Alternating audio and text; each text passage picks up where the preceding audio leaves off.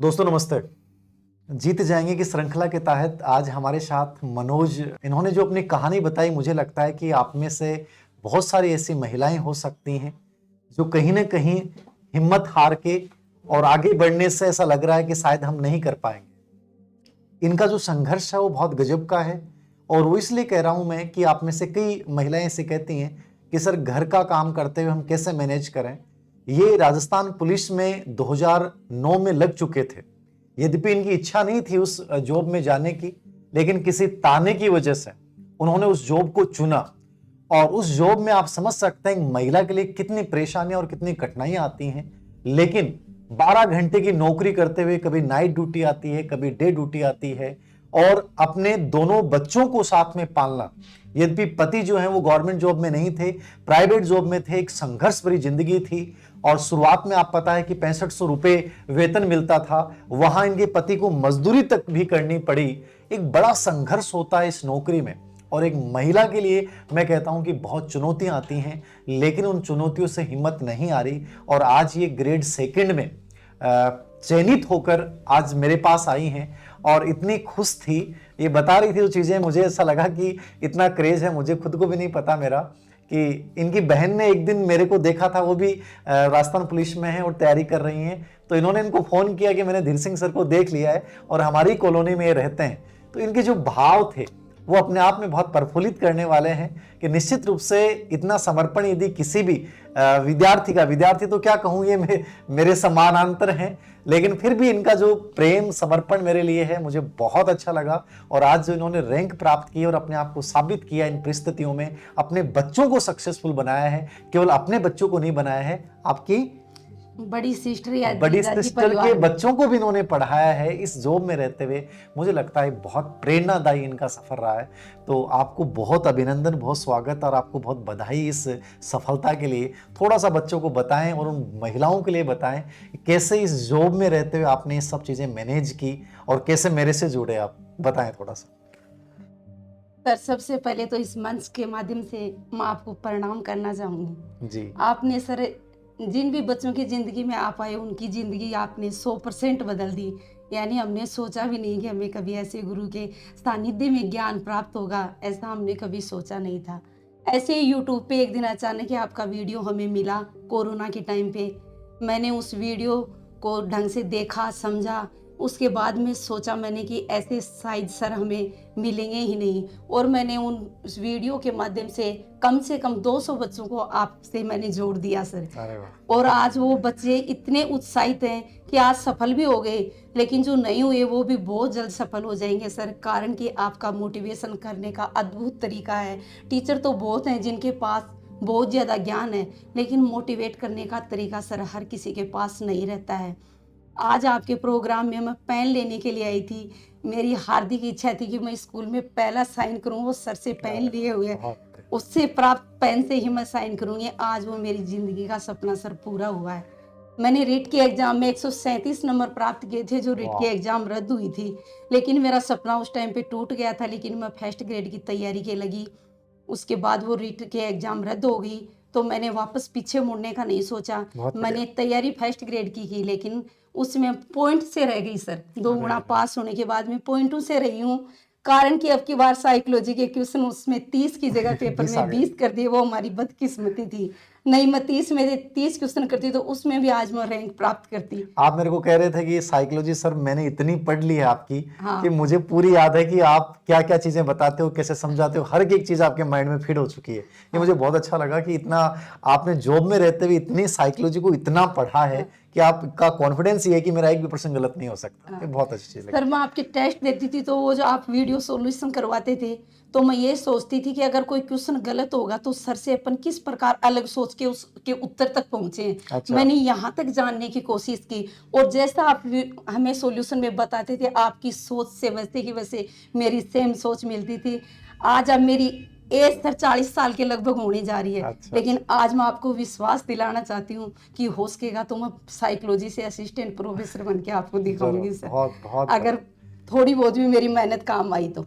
बहुत बढ़िया। मैंने आप सुना है कि आप जो हैं पिछले 12 साल, 14 साल, 15 साल से राजस्थान पुलिस में जाने के बावजूद जो है आप सुबह 4 बजे हर हाल में उठी हैं और पढ़ी हैं। आपकी बेटी भी आपके साथ उठ के पढ़ती थी, उनका भी बड़ा सपोर्ट रहा, आपने बताया कि वो भी एक पॉजिटिविटी का एक केंद्र थी। तो ये बहुत अच्छी बात मुझे लगी कि डेली आप 4 बजे उठ के आपने टाइम मैनेज किया। ये सब कैसे कर पाई आप, पूरे बच्चों को संभालते हुए, उनका खाने-पीने का ध्यान रखते हुए? 12 घंटे की आपकी एक ऐसी नौकरी है जिसको करना बहुत मुश्किल काम होता है।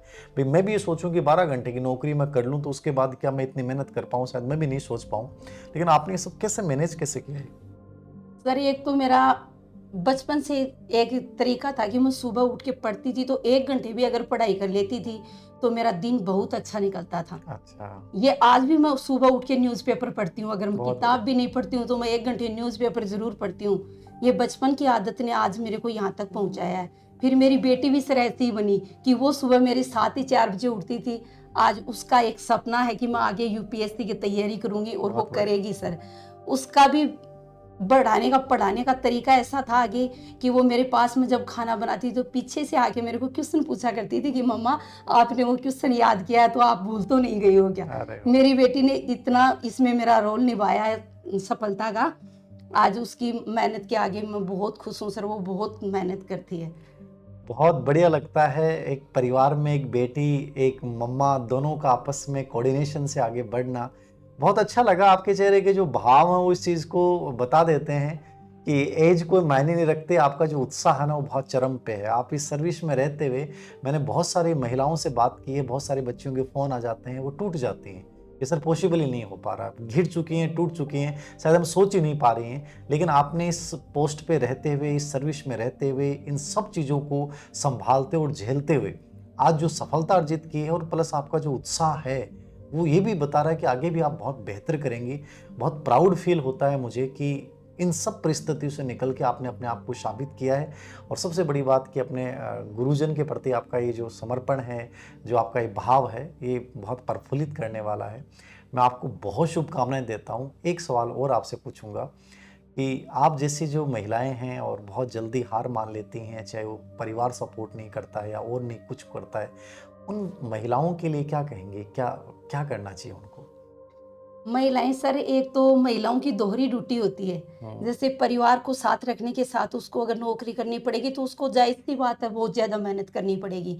जैसे हम किसी भी लड़की को देखते हैं तो एक जो औरत घर पे रहती है उसके बजाय एक ड्यूटी करने वाली औरत को डबल हिम्मत करनी पड़ती है। सही बात। और टाइम तो अपन को निकालना है। बात ये है कि कोई 16 घंटा पढ़े या 12 घंटा पढ़े, सर 4 घंटे पढ़ के भी अपन सफल हो सकते हैं, लेकिन एकदम एक सही। वो लगातार जो अपन पढ़ते हैं ना, वो बीच में ब्रेक नहीं होना चाहिए। तो ऐसी महिलाओं को तो मैं ये कहना चाहूँगी कि टाइम फिक्स कर लो कि अपन को 4 घंटे पढ़ाई के लिए निकालना है, 20 घंटे और काम करो ना, कोई दिक्कत नहीं है। और ताना मारते हैं लोगों को मारने दो, वो ताने तो मेरे को इतना उत्साहित करते हैं कि आज भी मैं पढ़ाई नहीं छोड़ पाती। सर मेरी नौकरी ऐसी है कि इसमें काफ़ी लोगों ने ताने मारे हैं कि इतने दिन हो गए पढ़ते हुए लेकिन कुछ मिला नहीं। लेकिन आज ताने मारने वाले चुप है सर, वो कांग्रेचुलेशन लिख के भेज रहे हैं मेरे व्हाट्सएप पे। बहुत तो बढ़िया। आज मैं बहुत खुश हूँ सर कि मैंने उनको कुछ बोल के नहीं बोले, लेकिन आज मैं बिना बोले उनको मेरा जवाब मिल गया सर। तो मैं ऐसी महिलाओं को तो यही संदेश देना चाहूँगी कि ज़िंदगी में कितनी भी परिस्थिति आए, उन परिस्थितियों से हार मत मानो, और जो भी आपकी दिक्कत आ रही है एक दिन आप सफल होगे, वो अपने आप ही आपसे दूर हो जाएंगे और सब आपको नमन करेंगे। बहुत बढ़िया है। साहिर लुधियानवी ने एक लाइन लिखी है, हजारों बरग गिरे लाखों आंधियां उठे, वो फूल खिलके रहेंगे जो खिलने वाले हैं। तो वास्तव में यदि आदमी ठान लेता है तो चाहे कितने भी ताने आए, चाहे कितनी भी खराब परिस्थितियां आए, वो फूल निश्चित रूप से खिलेंगे जिनको वास्तव में बनना है, आगे बढ़ना है। तो मैं आज के इस वीडियो के माध्यम से मनोज के संघर्ष भरे जीवन के माध्यम से उन सभी लड़कियों को कहना चाहूँगा कि ज़िंदगी में ठान लें, आगे बढ़ें, चाहे 4 घंटे पढ़ें लेकिन रेगुलर पढ़ें उस चीज़ को, चाहे मॉर्निंग में पढ़ना पड़े, इवनिंग में पढ़ना पड़े। इन्होंने उस चीज़ को कंटिन्यू रखा और आज आप सबके सामने परिणाम सामने है कि 40 साल की उम्र में इन्होंने ये सेकंड ग्रेड की सफलता प्राप्त की है। ग्रेड फर्स्ट में सिर्फ कुछ पॉइंटों से ये रह गई थी, लेकिन आप सोच सकते हैं कि सर्विस के साथ बच्चों को पालते हुए, बढ़ाते हुए, इनकी बेटी एमएससी फिजिक्स से दिल्ली से कर रही है। तो आप सोचिए कि उस छोटी सी बच्ची जब थी तब से इनकी पढ़ाई चल रही थी और आज इनकी बेटी यूपीएससी सिविल सर्विसेज की तैयारी कर रही है, वो कितनी बड़ी हुई होगी। इस पूरे पीरियड के दौरान इन्होंने तनिक भी धैर्य नहीं खोया, हिम्मत नहीं हारी, और लगातार चलते रहे। आदमी 2 या 3 साल जब पढ़ता है और उसके बाद सफलता नहीं मिलती है तो वो टूट जाता है, लेकिन ये टूटी नहीं। यही सफलता का सबसे महत्वपूर्ण पड़ाव है कि जिंदगी में आप कितनी तेज गति से चलते हैं ये महत्वपूर्ण नहीं है, इस दौड़ में आप अपने आप को कितनी देर तक बनाए रखते हैं ये सबसे महत्वपूर्ण है। मनोज, आपको बहुत सारी शुभकामनाएं, कि आपके पूरे परिवार को शुभकामनाएं, आपकी बेटी को बहुत सारी शुभकामनाएं कि आपका ये जो सफलता है वो निश्चित रूप से एक बहुत प्रेरणादायी सफलता है। बहुत बहुत आभार। सर एक लास्ट में एक बात और कहना चाहूंगी, ये जो ऑनलाइन प्लेटफॉर्म है ना, ये सर महिलाओं के लिए बहुत ही सही कह रहे हो, उपयोगी है। सही कह रहे हो। क्यों काम काज छोड़ के बाहर महिलाएं जा नहीं सकती, सही और मेरा इस ऑनलाइन प्लेटफॉर्म में इस सफलता का इतना बड़ा योगदान रहा है कि मैं 12 घंटे की ड्यूटी पे रहती थी तो मैं साइड में बैठ के 6 घंटे पढ़ लिया करती ये थी, बहुत बड़ी जबकि मैं ऑफलाइन कोचिंग कभी नहीं कर पाती। मैंने संभव ही नहीं डॉक्टर था। KR मैया सर से ऑनलाइन हिंदी का कोर्स लिया, आपसे साइको का लिया, मैंने पता नहीं हजारों टेस्ट दिए होंगे और उनके सॉल्यूशन सुने हैं। तो मैं ऐसी महिलाएं जो घर से बाहर नहीं निकल सकती, उनको ये संदेश देना चाहूंगी कि आप इस ऑनलाइन प्लेटफॉर्म का आप उपयोग करिए और आपकी ज़िंदगी 100% सुधरेगी, ये मेरे को विश्वास है। अगर मैं 12-16 घंटे की ड्यूटी करके ऑनलाइन प्लेटफॉर्म के माध्यम से पढ़ सकती हूँ, तो आप घर का 8-10 घंटे का काम करके नाइट में भी पढ़ सकते हो। 10 बजे बाद में जब बच्चे सो जाएं उसके बाद भी अपने लिए टाइम निकाल सकते हो। आपका सपना 100% पूरा होगा, ये मैं दावे के साथ आपको कह सकती हूँ। आपको सर दिल की गहराइयों से धन्यवाद, आपने इतने लोगों की ज़िंदगी बदली है कि ऐसे अगर राजस्थान में, इंडिया में 5 टीचर भी हो जाएंगे तो सर मोदी जी का विकसित भारत का सपना है 2047 का, हम उसको जरूर सफल करेंगे। और आपने जो न्यूज़पेपर में आपकी हेडिंग आई थी स्कूल की, आपने स्कूल की तस्वीर बदल डाली सर, हम विश्वास दिलाते हैं आपको कि हमारी स्कूल का भी एक दिन न्यूज़पेपर में ऐसे ही नाम आएगा। हम बहुत मेहनत करेंगे जैसे आपने की है। बहुत धन्यवाद। बहुत शुभकामनाएं आपको।